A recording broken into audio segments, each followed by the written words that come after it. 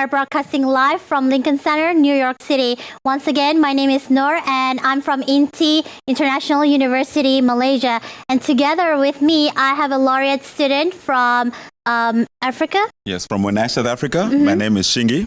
And our guest speaker, Erik Wahl. Yes. Greetings, everyone. Thanks for the opportunity to share. I appreciate it. My name is Erik. So Erik is an internationally recognized graffiti artist and also entrepreneur, and he's very well known to have raised so much money for charities. And it's a really great pleasure to have you here. Thank you for being with us here today. My pleasure, truly was. So I just had the opportunity to share downstairs at the Lincoln Center for a large audience of entrepreneurs.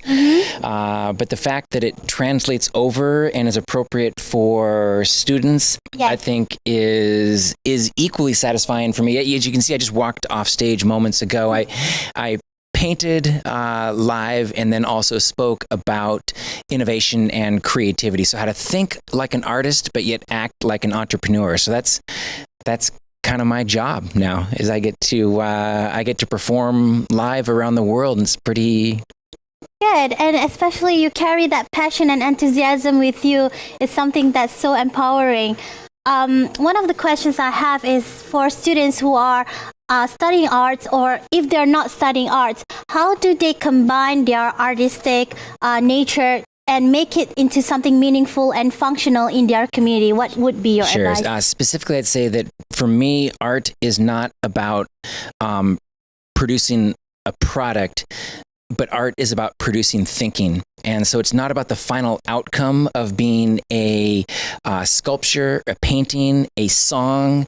It is about the process of thinking and those things that enable expanded consciousness. And so how to, if you're in business, how to market differently. If you are branding, how to outthink the competition, how to work smarter as opposed to simply pressing and working harder and harder.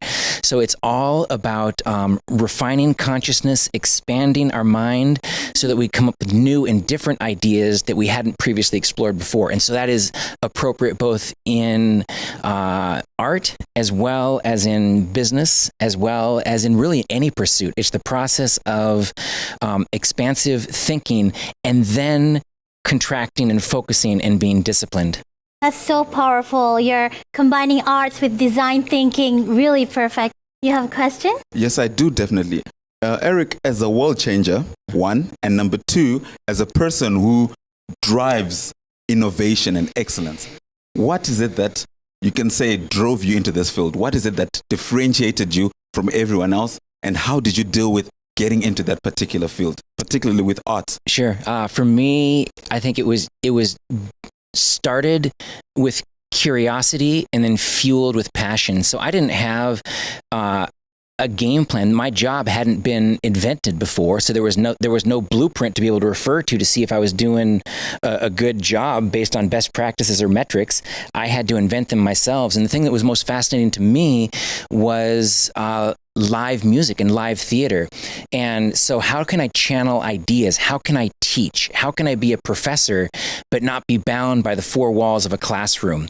How can I bring in Jay-Z and U2 or the Rolling Stones and electrify an audience with fun, exciting ideas, and then also slip in actionable content for them to be able to use in business or in school or as an artist? And so I kind of reverse engineered this concept of performing rather than looking, I didn't first write a book and then go out and speak. I learned how to perform and how to be a front man and then wrote a book. That's really great. Wow, that's amazing. So you're pretty much an artist in a business world. How is the business world taken you?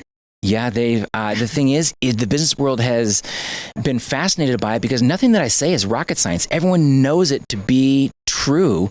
It's a matter of how do we, in such a linear, structured, regulated, complicated world, how do we continue to access that innovation and creativity on a regular basis? And how do we use it to fuel ourselves and to remain curious and passionate like we were as a child? How do we incorporate a beginner's mind into learning social media? How do we incorporate a beginner's mind into becoming more diverse and more tolerant as a globe? How do we become more actionable and more substantive in the products that we provide, in the humanization of our businesses? There's so much, I think, opportunity that exists right now because there's so much disruption. And everyone who loved the way things used to be or want to return to the way things were, or the good old days, the future is going to be a nightmare for them. For those that are embracing this uncertainty, these disruptions, for those that can't wait for the next major shift, I think that's where tremendous opportunity is going to be had. And it's for those who are mentally agile, those who are mentally tough enough to overcome short-term obstacles. I think that's where the greatest success is going to be, are those who are comfortable with being uncomfortable. Right. I think it is part of the process of getting up when we face certain challenges that becomes the fuel and develop our passion to create a better impact. Developing a resiliency to failure, perceived failure, is a huge competitive advantage. And if you can experience setbacks, challenges, failures, and not be labeled and disabled by them and use them as fuel, failure is not the opposite of success, it's part of success. Right. And if you can use those as stepping stones, it's like, it's the first attempt in learning, in that kind of acronym. If we look at failing as our first attempt in learning, the first time we draw, it's not perfect. It doesn't look like a Rembrandt. But if we do 100 of them, they might get better over time. We definitely learned a lot from you today. We want to hear more, but sadly we're running out of time. But thank you so much for being here. We love your thoughts and we're very inspired. And I think a lot of students and also budding entrepreneurs will do greater things out there because of what you have shared with us. Nice. And so thank you. Wherever you are around the world, hit me up on social. I am trying to learn your language. Snapchat, Twitter, Instagram, WhatsApp. Hit me up and help me learn your language better, because that's only going to make me a better artist and entrepreneur going forward. So thank you, and we will be back to you soon.